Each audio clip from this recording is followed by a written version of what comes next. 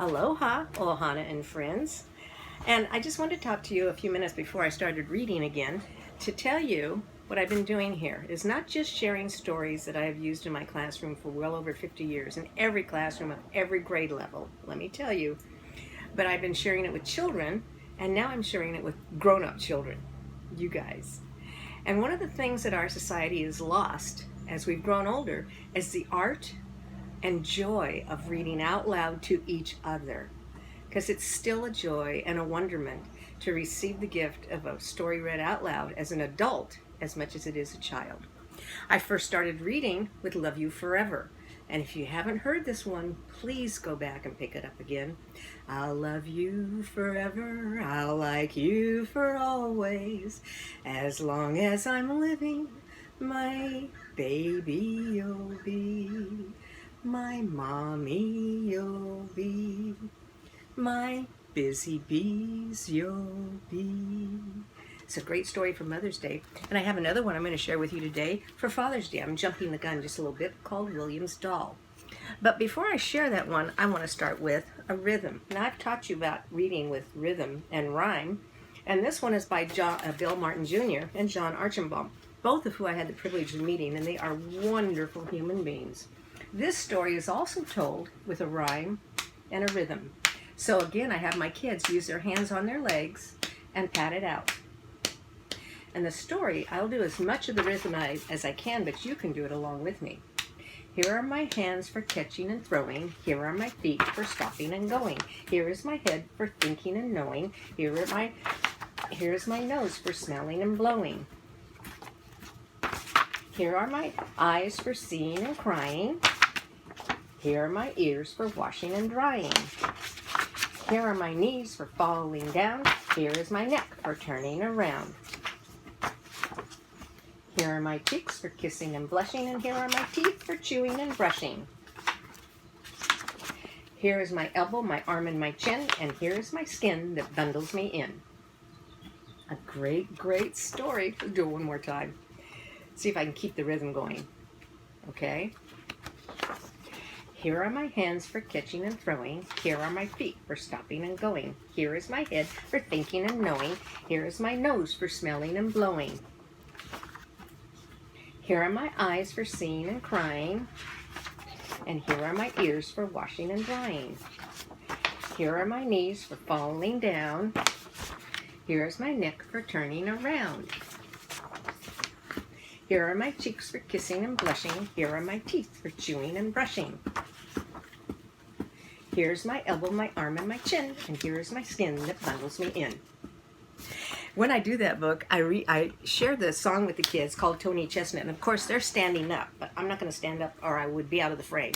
But they bend over and touch their toes, they touch their knees, they touch their head, their nose, their eyes. It goes like this. Tony Chestnut knows I love you. Tony knows, Tony knows, Tony Chestnut knows I love you. That's what Tony knows. A little faster. Tony Chestnut knows I love you. Tony knows, Tony knows, Tony Chestnut knows I love you. That's what Tony knows. And when you're teaching very young children, it's great for learning body parts, rhyme, rhythm, tap, and the love of a good story. Now, some of you remember the book I read, Dear Children of the Earth and the Tree That Cried. This is kind of a book that dovetails into it, called All the Colors of the Earth by Sheila Hamanaka. And it's also a story told in rhyme, but it's a story that's extremely visual, so I hope you can see the pictures as I share them with you. Because children, you see, come in all the colors of the earth.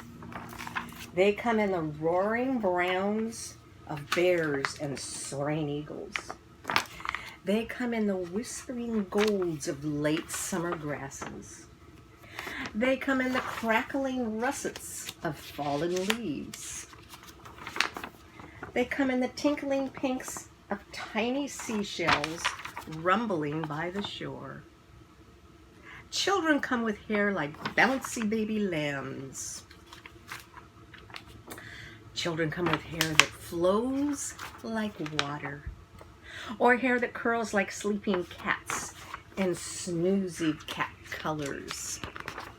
Children come in all the colors of love and in the endless shades of you and me. For love comes in cinnamon and wheat and walnut, and love is amber and ivy and ginger and sweet. Like caramel and chocolate and the honey of bees, dark as leopard spots and light as the sand. Children buzz with laughter that kisses our land, with sunlight like butterflies, happy and free. You see, children come in all the colors of the earth, the sky, and the sea. You're somebody special and I like your smile. You're somebody special and you're right in style. You're a special person who can do things right. An extra special person and you're out of sight. And you're someone special. You're so fine and I'm so glad that you're a friend of mine. You're a special person and I know it's true. That extra special person is a you. Do. Now this story, as I said earlier, I would read for Father's Day, but I always read it on back to school night for all my parents. And it's called William's Doll by Charlotte Zolotow. And William Penn Du Bois is the illustrator. And it's a very old story, but it's a very tried and true story with a wonderful message. William wanted a doll. He wanted to hug it, to cradle it, to take it in his arms, give it a bottle, take it to the park, push it in the swing, bring it back home, undress it, put it to bed, pull down the shades, kiss it goodnight, and watch its eyes close. And then William wanted to wake up in the morning when the sun came in. And he wanted to start all over again, just as though he were its father and it was his child. But his brother came in. A doll! Ew! Don't be a creep! And the boy next door kept going, sissy, sissy, sissy. And so his father came in. Well, son, how about a nice basketball? But William still wanted a doll. It would have blue eyes, curly eyelashes, a long white dress, a bonnet. And when the eyes closed, they'd make a little click sound like the doll that belonged to Nancy next door. Ew! Creepy! His brother walked away. And the boy next door was still going, sissy, sissy, sissy.